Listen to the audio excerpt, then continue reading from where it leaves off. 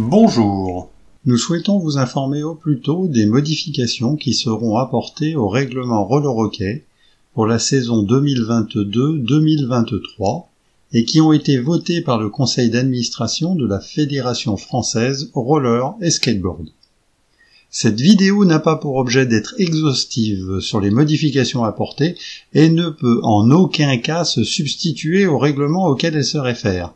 Cette vidéo a pour vocation de faciliter l'adaptation des clubs à ces nouveautés et de les aider à préparer au mieux la saison prochaine. Par ces modifications, la commission sportive roller hockey souhaite favoriser la pratique en compétition de nos licenciés dans leur catégorie d'âge et en mixité, homogénéiser et simplifier les procédures de club, renforcer la fonction d'officiel de match, renforcer l'image de notre sport. Pour favoriser la pratique de nos licenciés, la participation à 2 niveaux de championnat senior différents au cours du même week-end est autorisée désormais pour les joueurs et joueuses de catégorie U22 et inférieure. D'autre part, les quotas de matchs pour participer aux phases finales de N1 féminine, N2 féminine, U20, U17 et U15 doivent être réalisés dans le championnat concerné. Le nombre de matchs à disputer en N1 féminine et en N2 féminine avant le 31 décembre et avant la fin de la phase de qualification sera indiqué avant le début du championnat en fonction de leur structure. Nous retournerons cette année au déroulement habituel de la Coupe de France. Afin d'homogénéiser et de simplifier les procédures des clubs, l'utilisation du nouveau module de résultats sera généralisée cette saison. Ainsi, chaque association a l'obligation de renseigner et de valider dans le module de résultats la composition de son équipe, aussi bien les joueurs que les officiels d'équipe, avant le vendredi soir minuit précédant la rencontre.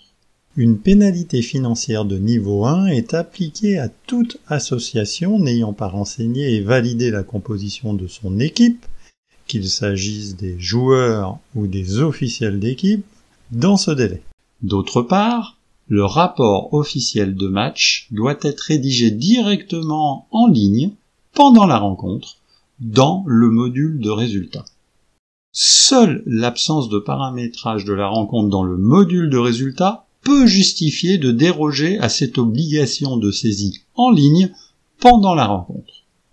Tout manquement à ces dispositions est sanctionné d'un avertissement au club fautif et en cas de récidive, une pénalité financière sera appliquée.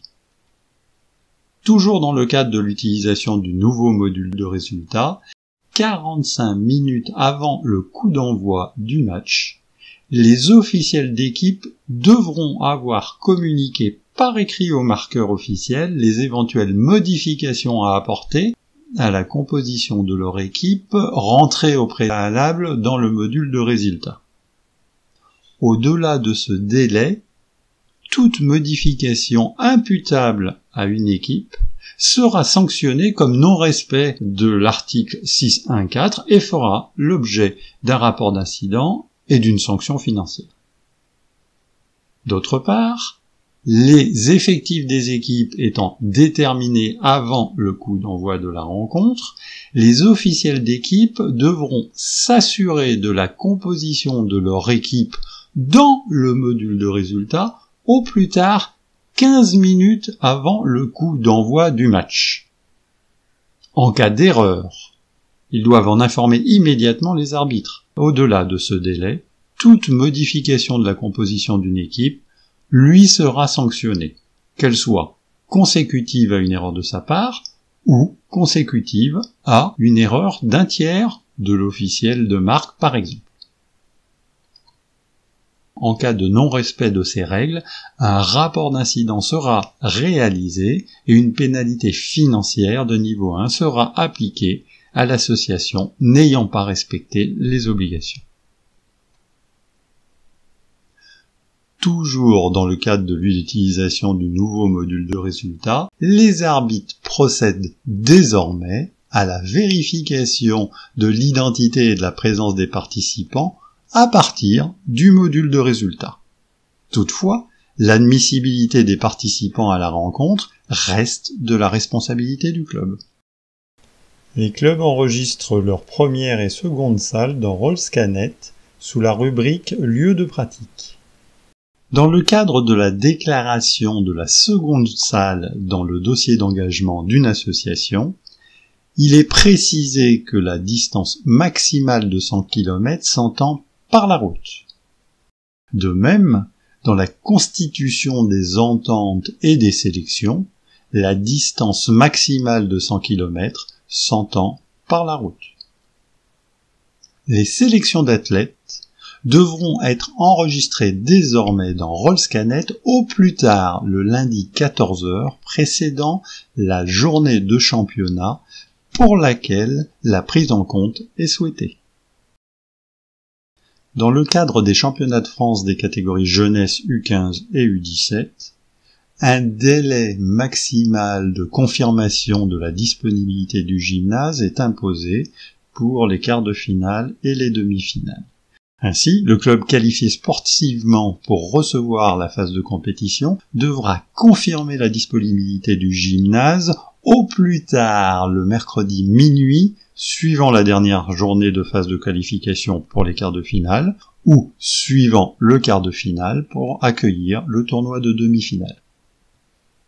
Pour les championnats de France de National 2, de National 3 et de jeunesse U15 et U17, le principe des 100 € de frais remboursés aux arbitres par les clubs accueillant les quarts et demi-finales est abandonné.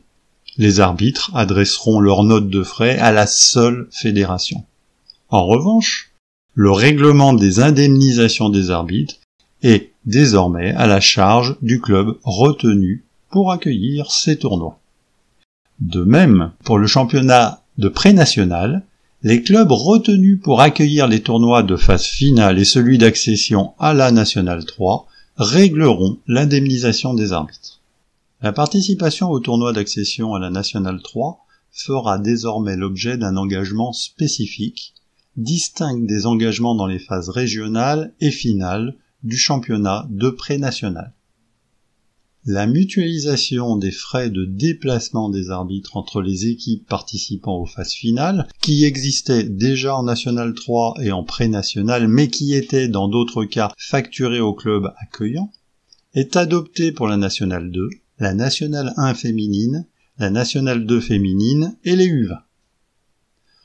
Pour la National 1 féminine et les phases finales de National 2 féminine et U20, la participation aux frais de déplacement des arbitres sera calculée par plateau et mise à l'encaissement par phase. Ainsi, seuls les clubs participants seront facturés.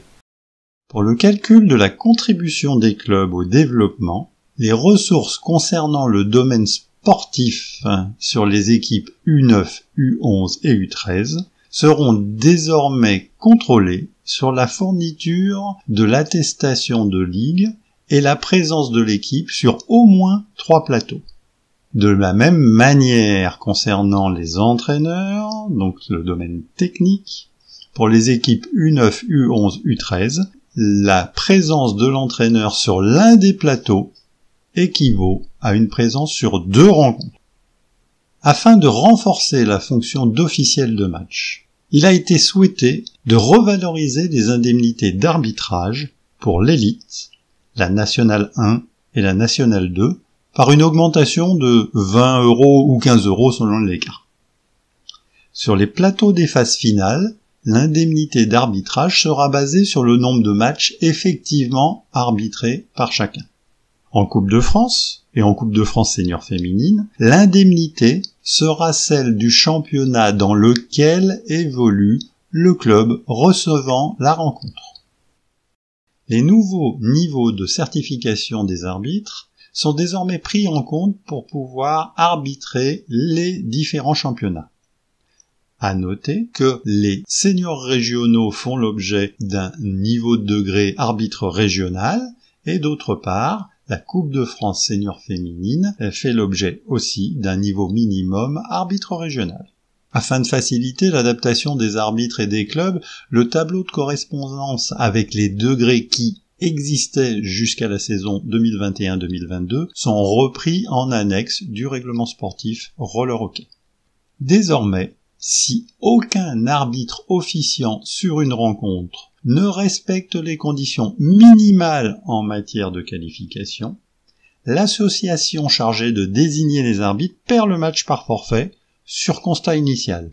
Si aucune des associations qui disputaient la rencontre n'avait la charge de désigner les arbitres, ainsi par exemple le cas d'une rencontre en plateau organisée par un club tiers par exemple, le match est à rejouer et l'équipe de l'association chargée de désigner les arbitres est déclarée forfait pour chacune des rencontres qu'elle devait disputer sur ce plateau. Le traitement des cas où seul un arbitre officiant sur la rencontre respecte les conditions minimales en matière de qualification reste inchangé dans le règlement. Il est décidé de mettre en place un kit minimum pour la tenue de la table de marque dans les championnats de France de Ligue Élite, National 1, National 2 et National 1 féminine. Au plus tard 20 minutes avant le coup d'envoi et pendant toute la durée de la rencontre, l'association recevant la rencontre doit mettre à la disposition des arbitres et de la table de marque un certain nombre de matériels permettant d'assurer le bon déroulement de la rencontre. Le non-respect de cette condition est sanctionné d'un avertissement au club fautif et, en cas de récidive, d'une pénalité financière de niveau 1. Afin de renforcer l'image de notre sport, nous avons souhaité communiquer plus largement sur la mixité et à ce titre, nous avons supprimé les références aux compétitions seniors masculines puisque ce sont des compétitions mixtes. D'autre part, désormais, seuls les joueurs présents avant le début de la seconde période pourront participer à une rencontre. En Ligue Élite et en National 1, c'est même la présence avant le coup d'envoi qui est imposée. Toujours dans l'optique de renforcer l'image de notre sport, l'accueil des phases finales play-off de National 2 nécessitera un lieu classé de type B dans les classes d'équipement des pistes de roller hockey, comme cela était déjà le cas pour le championnat de France de National 1 ou les quarts de finale de Coupe de France. En revanche, seul un équipement de classe C est exigé pour la phase courante du championnat de France de National 2. L'accueil des matchs de phase finale jeunesse U15 et U17 est conditionné à la capacité à accueillir du public. Toujours pour renforcer l'image de notre sport, il est décidé que dans le championnat de France de National 1, les pantalons longs des joueurs ou joueuses de champ doivent être identiques. De manière analogue, pour les phases finales des championnats de France de Ligue féminine et championnats de France U20, les pantalons longs des joueurs ou joueuses de champ doivent être identiques. Cette obligation sera étendue en 2023-2024 à la National 2 et aux phases finales U15 et U17. En 2024-2025, cette obligation sera étendue à la National 3. En demi-finale et finale des Coupes de France, les pantalons longs des joueuses ou joueurs de champ et les casques des joueurs ou joueuses de champ doivent être de couleurs identiques. Comme c'était déjà le cas pour les tenues, une pénalité financière de niveau 1 sera appliquée à toute association n'ayant pas respecté ses obligations concernant les pantalons longs. Concernant les restrictions de participation aux phases finales, ce tableau illustre désormais pour chaque championnat le nombre de matchs à disputer avant le 31 décembre et avant la fin de la phase de qualification et dans quel championnat ils doivent être disputés pour être autorisés à disputer les phases finales. Pour le championnat pré-national, les restrictions de participation s'appliquent à la fois à la phase finale et à la phase d'accession à la National 3. Voilà, nous avons passé en revue ensemble les principales modifications apportées au règlement pour la saison 2022-2023 afin de favoriser la pratique de nos licenciés dans leur catégorie d'âge et en mixité, d'homogénéiser et de simplifier les procédures des clubs, de renforcer la fonction d'officiel de match et de renforcer l'image de notre sport. Nous vous souhaitons une bonne saison.